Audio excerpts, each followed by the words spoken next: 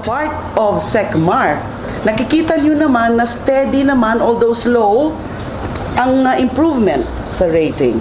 Lalo na pag-umpisa, nung nag-umpisa na yung official campaign period last February 9. Certainly, our team, SECMAR, Congresswoman Lenny has the advantage of the machinery as administration candidates. Grassroots pa. May mga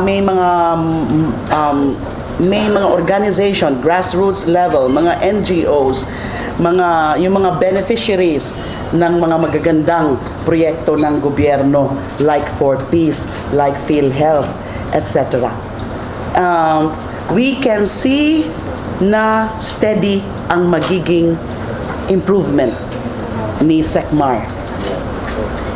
So, ang tanong ngayon is yung steady improvement na yon, would it be fast enough also to be able to, yung hanggang election day ay